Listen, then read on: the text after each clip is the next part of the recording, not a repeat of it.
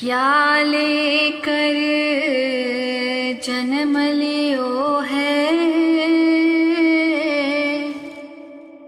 क्या लेकर चले जाओगे। मुट्ठी बांध कर जन्म लिया है, हाथ पसारे जाओगे। यह तन है कागज की पुड़िया, बूंद पड़त गल जाओगे। कहत कबीर सुनो भई साधो, एक नाम बिना पछताओगे।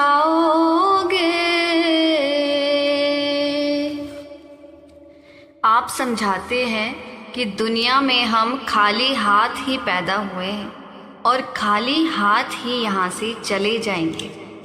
ना कोई आज तक यहाँ कुछ साथ लेकर आया है और ना कभी कोई चीज़ अपने साथ ले जा सका है। हमारा यह शरीर भी कागज़ की पुड़िया के समान है। कागज़ की पुड़िया पर ज़रा सा पानी गिरे तो वह गल जाती है। इसी तरह हमारे इस शरीर को भी मौत के बाद अग्नि या मिट्टी के सुपुर्द हो जाना है। यदि मालिक की भक्ति नहीं करेंगे तो आखिर मौत के समय पछताना पड़ेगा। अगर यह दुनिया की धन दौलत किसी के साथ जाती होती तो दुनिया के लोग अब तक उसे साथ ले गए होते और हमारे हिस्से में शायद कुछ भी ना आता। यह तो हमें इसलिए मिली है कि इसने कभी किसी का साथ नहीं दिया। महमूद गजनवी ने हिंदुस्तान पर 17 हमले किए और बहुत सा सोना चांदी हीरे जवाहरात यहाँ से लूट कर ले गया। उसको प्राप्त करने के लिए उसने कितने गरीबों का खून किया, कितनी औरतों को विधवा और बच्चों को अनाथ किया। जब उसकी मौत का समय आया तो उसने अपने अनुचरों को हुक्म दिया कि जो भी मैं हिंदुस्तान से लूट कर लाया हूँ उसको एक खेमे में लगाकर दिखाओ। जब सारी दौलत को नजर भर देखा तो उसकी आंखों में आंसू भर आए। एक ठंडी आह भरकर उसने सोचा कि जिस दौलत को हासिल करने के लिए इतने जुल्म और अत्याचार किए, आज उसमें से मेरे साथ कोई भी चीज नहीं जा रही है। उसने हुक्म दिया कि मौत के बाद मेरे हाथ कफन से बाहर निकाल दिए जाएं, ताकि लोग देखें कि मैं खाली हाथ जा रहा हूँ और मेरी जिंदगी से सबक लें। जो चीज़ें यहीं रह जाने वाली हैं उनके साथ हम कितना प्यार करते हैं, उनको प्राप्त करने के लिए दिन रात भटकते फिरते हैं। जो पापों के किए बिना प्राप्त नहीं होती और मरने पर साथ भी नहीं जाती, उस पर हम जान देते हैं। और जो चीज़ वास्तव में हमारी अपनी है और जिसे हमें अपना बनाना भी चाहिए, उसके बारे में कभी नहीं सोचते। हजरत ईसा भी यही कहते हैं, नाशवान पदार्थों के लिए मेहनत ना करो, बल्कि उस पदार्थ के लिए मेहनत करो जो अनंत जीवन तक रहेगा, जो मनुष्य का पुत्र तुम्हें देगा, क्योंकि पिता परमेश्वर ने उस पर उसके लिए मोहर लगाई है। अर्थात दुनिया की नाशवान धन दौलत और पदार्थों को प्राप्त करने की कोशिश ना करो, बल्कि उस नाम की दौलत को प्राप्त करो जो कभी नष्ट नहीं होती। जो दौलत अर्थात नाम मैं तुमको दूंगा, उस पर मेरे पिता ने मोहर लगाई है। वह कभी नाश को प्राप्त नहीं होती, क्योंकि मैं उसे मालिक की ओर से तुम्हें दूंगा। स्वामी जी महाराज समझाते हैं, भटक भटक नर देही पाई, इंद्री मन मिल यहाँ मारा। बड़ी मुश्किल से हमें यह मनुष्य का जामा मिला है, लेकिन यहाँ इस जामे में आकर मन के अधीन होकर हम इंद्रियों के भोगों में फंसे बैठे हैं। जितना भी हमारा दुनिया से ताल्लुक या संबंध है, सब हमारे शरीर के जरिए ही है।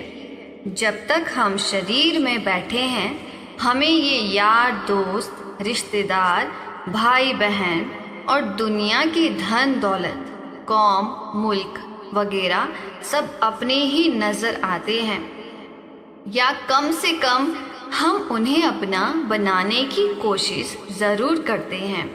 जिस समय शरीर से हमारा साथ छूट जाता है, इन सब चीज़ों से भी संबंध टूट जाता है।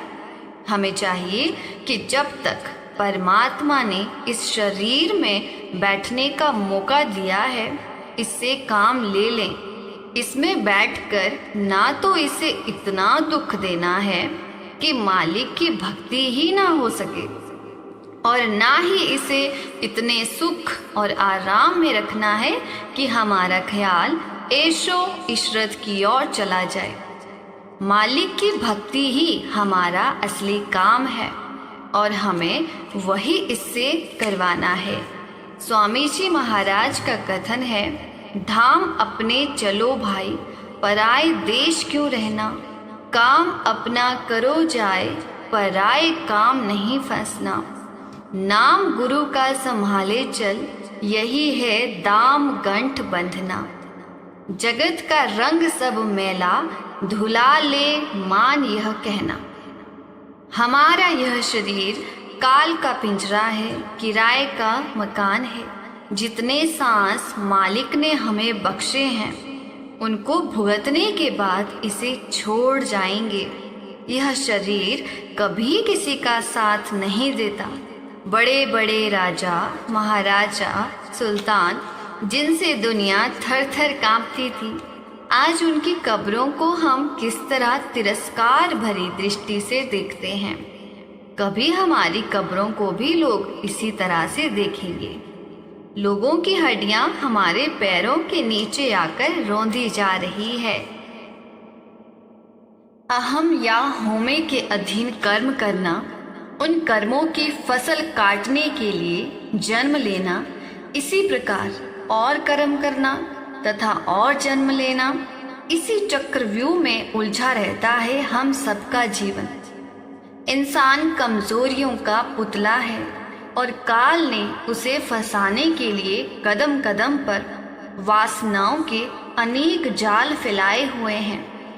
बार बार भोगे स्वादों के आदी हुए मन को विषयों का मीठा जहर मिले तो वह उसे खाने में बिल्कुल नहीं हिचकिचाता, और बार बार मुंह की खा लेने के बाद हारी हुई बुद्धि भी उसे इस रास्ते से रोकने का यत्न नहीं करती। इसलिए अपनी आयु के प्रतिदिन उससे तरह तरह के कर्म होते रहते हैं। कर्म किए जाते हैं, बहुत और भुगताए जा सकते हैं, इसीलिए वे इकट्ठे होते चले जाते हैं और इस तरह कर्मों की तह के ऊपर तह जम जाती है। यह प्रभु की अपार दया है कि उसने इस प्रकार अनंत छोटे बड़े पापों और आवागमन का भागी बनाने वाले अन्य कर्मों को बिना भोगे मिटाने की विधि रची है। ज्यों ज्यों शब्द का अभ्यास किया जाता है, अहंकार जो जन्म रोग से बनकर जीव से चिपटा हुआ है, धीरे धीरे समाप्त हो जाता है। माया नागिन के तेज डंक बेअसर हो जाते हैं। सूरत का शब्द से संयोग होने पर कथिर सी कच्ची धातु जैसा गुणहीन मनुष्य सोने जैसा मूल्यवान बन जाता है। वह मानो किसी नखलिस्तान यानी मरुभूमि में हरा भरा स्थान में जाके बैठता है और उसकी सब भटकन और कलेश दूर हो जाते हैं। उसका जीवन स्थायी सुख, शांति और आनंद में बीतता है। उसका जीवन एक ऐसा चमन बन जाता है जिसमें पतझड़ कभी नहीं आता, सदा बसंत ही खिला रहता है और परलोक में भी उसे आदर प्राप्त होता है। ऐसे व्यक्तियों को ही जीवन मुक्त कहा जाता है। जिस अभ्यासी की वृत्ति एकाग्र हो जाए और लीव अंतर में लग जाए और उसे नतीजे के तौर पर अनहद शब्द सुनाई देने लगे तो उसका यम से कोई सरोकार नहीं रहता। असल में जिस स्थान पर कोई साधु मौजूद हो और सिमरन तथा शब्द अभ्यास किया जाता हो, वहाँ यम के दूत पैर नहीं रखते, क्योंकि धर्मराज ने अपने दूतों को चेतावनी दे रखी है कि अगर तुम उस जगह के निकट भी पहुंचोगे तो ना तुम बच पाओगे, ना मैं खुद। हम देख चुके हैं कि शब्द कर्ता पुरुष का विस्तार है, उसी का ही रूप है। जो भाग्यशाली आत्माएं अभ्यास करके शब्द में समा जाती हैं, शब्द से अभेद हो जाती हैं, उनको दोबारा वियोग नहीं सहना पड़ता, क्योंकि यह मेल स्थायी होता है और संपूर्ण भी। वे प्रभु में भी स्वाभाविक ही मिल जाती हैं। शब्द में इस तरह कौन सी आत्माएं समाती हैं? वे जिनका प्रभु में मिलना, उससे एक रूप होना दूर से सच्ची दरगाह से निश्चित किया गया है। अगर अहम भाव को त्याग कर खुद को शब्द में मिटा दिया जाए, शब्द में लीन कर दिया जाए, तो ऐसा अनंत जीवन प्राप्त हो जाता है कि फिर मरना नहीं पड़ता। मनुष्य जीते जी मुक्त हो जाता है। यह गुरु अमरदास जी का वचन है। परमेश्वर से अभेद हो जाने और अनंत जीवन के अधिकारी बन जाने के बाद उच्चारण किया हुआ है। शब्द सूरत का गुरु है, बड़ा है दयालु और उदार हृदय गुरु। अगर मन में इस गुरु का प्रेम जाग उठे, अगर मन पर उस प्रेम का रंग चढ़ जाए, तो आत्मा गुरु के द्वारा हरि में लीन हो जाती है।